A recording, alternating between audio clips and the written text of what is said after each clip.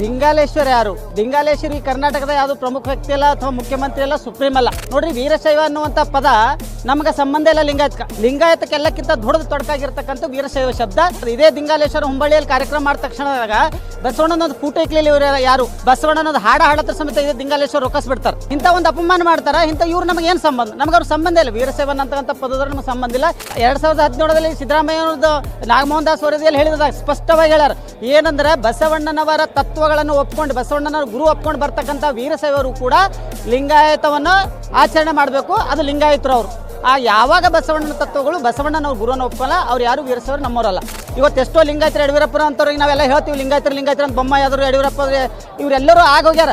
ಯಾರು ಕೂಡ ಬಸವ ತತ್ವಕ್ಕೆ ನ್ಯಾಯ ಕೊಟ್ಟಿಲ್ಲ. ಬಸವ ತತ್ವಕ್ಕೆ ಅಪ್ಪಟ ನ್ಯಾಯ ಕೊಟ್ಟಿರ್ತಕ್ಕಂಥ ಸಿದ್ದರಾಮಯ್ಯನ ಟೀಕೆ ಮಾಡಿರ್ತಕ್ಕಂಥ ಪ್ರತಿಯೊಬ್ಬರ ವ್ಯಕ್ತಿ ಕೂಡ ಯಾರು ನಿಜ ಲಿಂಗಾಯತರಲ್ಲ. ಲಿಂಗಾಲೇಶ್ವರ ಯಾರು? ಲಿಂಗಾಲೇಶ್ವರಿ ಕರ್ನಾಟಕದ ಯಾವುದು ಪ್ರಮುಖ ವ್ಯಕ್ತಿ ಅಲ್ಲ ಅಥವಾ ಮುಖ್ಯಮಂತ್ರಿ ಅಲ್ಲ, ಸುಪ್ರೀಂ ಅಲ್ಲ. ನೋಡ್ರಿ, ವೀರಶೈವ ಅನ್ನುವಂಥ ಪದ ನಮಗೆ ಸಂಬಂಧ ಇಲ್ಲ ಲಿಂಗಾಯತಕ್ಕೆಲ್ಲಕ್ಕಿಂತ ದೊಡ್ಡದು ತೊಡಕಾಗಿರ್ತಕ್ಕಂಥ ವೀರಶೈವ ಶಬ್ದ. ಇದೇ ಲಿಂಗಾಲೇಶ್ವರ ಹುಂಬಳ್ಳಿಯಲ್ಲಿ ಕಾರ್ಯಕ್ರಮ ಮಾಡಿದ ತಕ್ಷಣದಾಗ ಬಸವಣ್ಣನೊಂದು ಫೋಟೋ ಇಕ್ಲಿಲ್ಲ. ಇವರು ಯಾರು? ಬಸವಣ್ಣನೊಂದು ಹಾಡತ್ರ ಸಮೇತ ಇದೇ ಲಿಂಗಾಲೇಶ್ವರ ರೊಕ್ಕಿಸ್ಬಿಡ್ತಾರೆ. ಇಂಥ ಒಂದು ಅಪಮಾನ ಮಾಡ್ತಾರ. ಇಂಥ ಇವ್ರು ನಮಗೆ ಏನು ಸಂಬಂಧ? ನಮ್ಗೆ ಅವ್ರ ಸಂಬಂಧ ಇಲ್ಲ. ವೀರಶೈವ ಅಂತಕ್ಕಂಥ ಪದದ ನಮಗೆ ಸಂಬಂಧ ಇಲ್ಲ. 2017ರಲ್ಲಿ ಸಿದ್ದರಾಮಯ್ಯನವ್ರದ್ದು ನಾಗಮೋಹನ್ ದಾಸ್ ವರದಿಯಲ್ಲಿ ಹೇಳಿದಾಗ ಸ್ಪಷ್ಟವಾಗಿ ಹೇಳ್ಯಾರ. ಏನಂದ್ರೆ ಬಸವಣ್ಣನವರ ತತ್ವಗಳನ್ನು ಒಪ್ಕೊಂಡು, ಬಸವಣ್ಣನವರ ಗುರು ಒಪ್ಕೊಂಡು ಬರ್ತಕ್ಕಂಥ ವೀರಶೈವರು ಕೂಡ ಲಿಂಗಾಯತವನ್ನು ಆಚರಣೆ ಮಾಡಬೇಕು. ಅದು ಲಿಂಗಾಯತರು ಅವರು. ಯಾವಾಗ ಬಸವಣ್ಣನ ತತ್ವಗಳು ಬಸವಣ್ಣನವ್ರ ಗುರುವನ್ನು ಒಪ್ಪಲ್ಲ, ಅವ್ರು ಯಾರು ವೀರಶೈವರು ನಮ್ಮವರಲ್ಲ. ಇವತ್ತು ಎಷ್ಟೋ ಲಿಂಗಾಯತರು, ಯಡಿಯೂರಪ್ಪರ ಅಂತವ್ರಿಗೆ ನಾವೆಲ್ಲ ಹೇಳ್ತೀವಿ ಲಿಂಗಾಯತರು ಅಂತ. ಬೊಮ್ಮಾಯಿಯಾದರು, ಯಡಿಯೂರಪ್ಪ ಇವರೆಲ್ಲರೂ ಆಗೋಗ್ಯಾರ.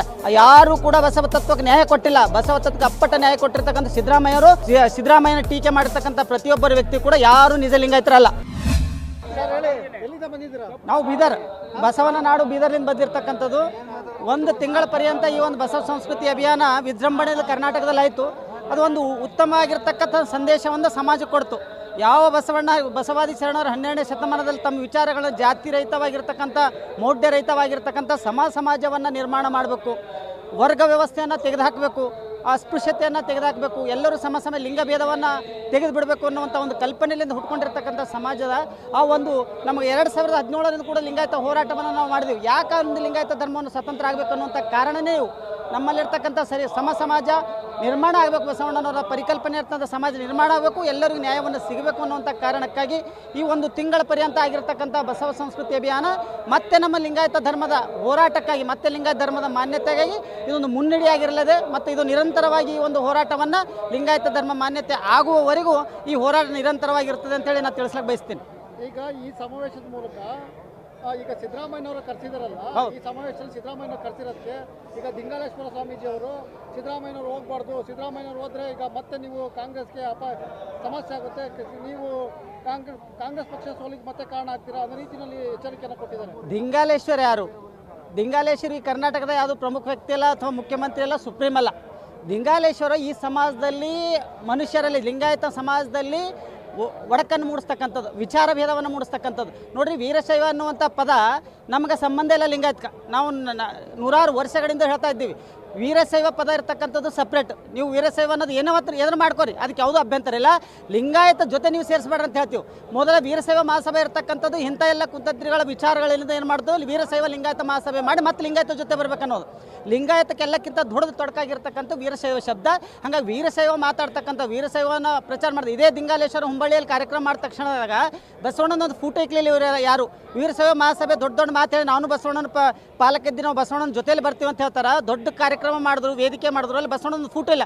ಬಸವಣ್ಣನೊಂದು ಹಾಡತ್ರ ಸಮೇತ ಇದೇ ಲಿಂಗಾಲೇಶ್ವರ ರೊಕ್ಕಿಸ್ಬಿಡ್ತಾರೆ. ಇಂಥ ಒಂದು ಅಪಮಾನ ಮಾಡ್ತಾರ. ಇಂಥ ಇವ್ರು ನಮಗೆ ಏನು ಸಂಬಂಧ? ನಮ್ಗೆ ಅವ್ರ ಸಂಬಂಧ ಇಲ್ಲ. ವೀರಶೈವ ಅಂತಕ್ಕಂಥ ಪದದ ನಮಗೆ ಸಂಬಂಧ ಇಲ್ಲ. ಮತ್ತೆ ಮತ್ತೆ ಸವಿಯಬೇಕೆನಿಸುವ ಮೃದುವಾದ ನಂದಿನಿ ಪನ್ನೀರ್. ಬಸವಣ್ಣನ ಒಪ್ಕೊಂಡು 2017ರಲ್ಲಿ ಸಿದ್ದರಾಮಯ್ಯನವ್ರದ್ದು ನಾಗಮೋಹನ್ ದಾಸ್ ವರದಿಯಲ್ಲಿ ಹೇಳಿದಾಗ ಸ್ಪಷ್ಟವಾಗಿ ಹೇಳ್ಯಾರ. ಏನಂದ್ರೆ ಬಸವಣ್ಣನವರ ತತ್ವಗಳನ್ನು ಒಪ್ಕೊಂಡು, ಬಸವಣ್ಣನವರ ಗುರು ಒಪ್ಕೊಂಡು ಬರ್ತಕ್ಕಂಥ ವೀರಶೈವರು ಕೂಡ ಲಿಂಗಾಯತವನ್ನು ಆಚರಣೆ ಮಾಡಬೇಕು. ಅದು ಲಿಂಗಾಯತರು ಅವರು.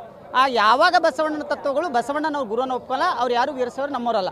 ಬಸವಣ್ಣನ ಒಪ್ಕೋರಿ, ನಾವು ಅವರನ್ನು ಒಪ್ಕೋತೀವಿ, ನಾವು ಅವರನ್ನು ಅಪ್ಕೋತೀವಿ, ಅವರನ್ನು ನಾವು ಬರ ಮಾಡ್ಕೋತೀವಿ. ಹಾಗಾಗಿ ಲಿಂಗಾಲೇಶ್ವರಕ್ಕೆ ಇದಕ್ಕೆ ನಮಗೆ ಸಂಬಂಧ ಇಲ್ಲ. ಲಿಂಗಾಲೇಶ್ವರ ಎಲ್ಲಿವರೆಗೆ ಬಸವಣ್ಣನ ಒಪ್ಕೊಳ್ಳಲ್ಲ ಅಲ್ಲಿವರೆಗೆ ನಮ್ಗೆ ಲಿಂಗಾಲೇಶ್ವರ ಸಂಬಂಧ ಇಲ್ಲ. ಮತ್ತು ವೀರಶೈವ ಪದವನ್ನು ಅಂತದ್ದು ಯಾರು ವೀರಶೈವ ಎಲ್ಲರೂ ಕೂಡ ಒಂದೇ ನಾಡಿನ ಒಂದೇ ಪರಂಪರೆ ಮಕ್ಕಳಿದ್ದೀವಿ ನಾವು. ಆದ್ರೆ ಇಲ್ಲಿ ವಿಚಾರ ಭೇದ ಇರಬಾರ್ದು. ಬಸವಣ್ಣ ಹಾಕಿಕೊಟ್ಟಿರ್ತಕ್ಕಂಥ ಪದ ಶರಣರು ಹಾಕಿಕೊಟ್ಟಿರ್ತಕ್ಕಂಥ ದಾರಿಯಲ್ಲಿ ತತ್ವದಲ್ಲಿ ನಾವು ನಡೆದೇವೆ ಅಂದರೆ ನಾವೆಲ್ಲರೂ ಬಸವಣ್ಣನ ಮಕ್ಕಳು. ಹಾಗಾಗಿ ನೀವು ಬಸವಣ್ಣ ಅನ್ನುವಂಥದ್ದು, ಬಸವಣ್ಣನ ಗುರು ಅನ್ನುವಂಥದ್ದು, ಬಸವಣ್ಣನ ಚಿಂತಕ ಅನ್ನೋದು, ಬಸವಣ್ಣನ ಹೋರಾಟ ಅನ್ನುವಂಥದ್ದು, ನೀವು ಬಸವಣ್ಣನ ಒಪ್ತೀರಿ ಅಂದ್ರೆ ನಾವು ನಿಮ್ಮನ್ನು ಒಪ್ತೀವಿ. ಯಾವಾಗ ಬಸವಣ್ಣನ ಬಿಟ್ಟು ನೀವು ಮಾತಾಡ್ತೀರಿ, ನಿಮಗೆ ನಮಗೆ ಕನ್ಸಲ್ಟೇಟ್, ನೀವು ನಮಗೆ ಸಂಬಂಧ ಇಲ್ಲ. ಇದು ಸ್ಪಷ್ಟವಾಗಿ ಲಿಂಗಾಯತರ ಒಂದು ಅಭಿಪ್ರಾಯ. ಸಿದ್ದರಾಮಯ್ಯನವ್ರನ್ನ ಕರೆಸಿರೋದ್ರಿಂದ ಒಂದು ರಾಜಕೀಯ ಸ್ವರೂಪ ಬಂದಿದೆ ಅಂತ ಹೇಳಿ ಸಿದ್ದರಾಮಯ್ಯನ ಕರೆಸಿದಂತಹ ಉದ್ದೇಶ ಏನು ನಿಮ್ಗೆ ಅನ್ಸುತ್ತೆ? ಇಲ್ಲ ಈಗ ನೋಡ್ರಿ, ಸಿದ್ದರಾಮಯ್ಯನ ಬಗ್ಗೆ ಮಾತಾಡಬೇಕಾದ್ರೆ ಇವ್ರು ಯಾರು ನನಗೆ ಅನಿಸಿನ ಮಟ್ಟಿಗೆ ನನ್ನ ವೈಯಕ್ತಿಕ ಅಭಿಪ್ರಾಯದಿಂದ ಕರ್ನಾಟಕದಲ್ಲಿ ಒಂದು 100 ಮಠಾಧೀಶರಿಗಿರ್ತಕ್ಕಂಥ ಒಂದು ಬಸವ ಗೌರವ, 100 ಮಠಾಧೀಶರಲ್ಲಿ ಇರ್ತಕ್ಕಂಥ ಸಮ ಸಮಾಜದ ಒಂದು ಆತ್ಮ ಸ್ವಾಭಿಮಾನ ಮತ್ತು ಒಂದು ಸಂವಿಧಾನಿಕ ಪ್ರತಿವಾಗಿರ್ತಕ್ಕಂಥ ಜ್ಞಾನ ಸಿದ್ದರಾಮಯ್ಯಗಿರ್ತಕ್ಕಂಥದ್ದು ಯಾರಲ್ಲಿಲ್ಲ. ಇದು ಸ್ಪಷ್ಟವಾಗಿ ಹೇಳ್ತೀನಿ. 2013ರಲ್ಲಿ ಕೂಡ ಸಿದ್ದರಾಮಯ್ಯನವರು ಅಧಿಕಾರ ವಹಿಸ್ಕೊಳ್ಳೋ ಸಮಯದ ಮೊಟ್ಟ ಮೊದಲಿಗೆ ಬಸವ ಜಯಂತಿಯ ದಿವಸ ಮುಖ್ಯಮಂತ್ರಿ ಪ್ರಮಾಣ ವಚನ ಸ್ವೀಕಾರ ಮಾಡಿರ್ತಕ್ಕಂಥ ಒಬ್ಬ ವ್ಯಕ್ತಿ. ನೆನಪಿಟ್ಕೊರಿ ಇವೆಲ್ಲ. ಬಸವಣ್ಣನ ಸರ್ಕಾರದ ರಜೆ ಕೊಟ್ಟಿರ್ತಕ್ಕಂಥ ವ್ಯಕ್ತಿ ಸಿದ್ದರಾಮಯ್ಯನವರು. ಆ ನಂತರ ಬಸವಣ್ಣನವರು ಈ ಕರ್ನಾಟಕದಲ್ಲಿ ಒಂದು ಸಾಂಸ್ಕೃತಿಕ ನಾಯಕವಾಗಿ ಬಿರುದು ಕೊಡಬೇಕನ್ನೋದು ಹೋರಾಟ ಮಾಡಿ ಒಂದು ಸಮಾಜದ ಒಂದು ತಂತ ವ್ಯಕ್ತಿತ್ವವನ್ನು ತನ್ನಲ್ಲೇ ದೃಢ ನಿಶ್ಚಯವನ್ನು ತೆಕ್ಕೊಂಡು ವಿತಿನ್ 8 ದಿವಸ ಒಳಗಾಗಿ ಬಸವಣ್ಣ ಸಾಂಸ್ಕೃತಿಕ ನಾಯಕ ನಿರ್ಣಯ ತಗೊಂಡಿರ್ತಕ್ಕಂಥ ಒಬ್ಬ ಮೇಧಾವಿ ವ್ಯಕ್ತಿ, ಒಂದು ಧೀರ ವ್ಯಕ್ತಿ ಸಿದ್ದರಾಮಯ್ಯ. ನಾನು ಹೇಳ್ತೀನಿ, ಇವರೆಲ್ಲ ಕೂಡ ಸಿದ್ದರಾಮಯ್ಯನ ಟೀಕೆ ಮಾಡಿರ್ತಕ್ಕಂಥ ಪ್ರತಿಯೊಬ್ಬರ ವ್ಯಕ್ತಿ ಕೂಡ ಯಾರೂ ನಿಜ ಲಿಂಗಾಯತರಲ್ಲ. ಈ ಕರ್ನಾಟಕದಲ್ಲಿ ರಾಜಕೀಯವಾಗಿ ಮತ್ತು ತತ್ವಬದ್ಧವಾಗಿ ಮತ್ತು ನಿಷ್ಠೆಬದ್ಧವಾಗಿ ಅಪ್ಪಟ ಲಿಂಗಾಯತ ಅಂದ್ರೆ ತತ್ವಬದ್ಧವಾಗಿ ಸಿದ್ದರಾಮಯ್ಯನವರು.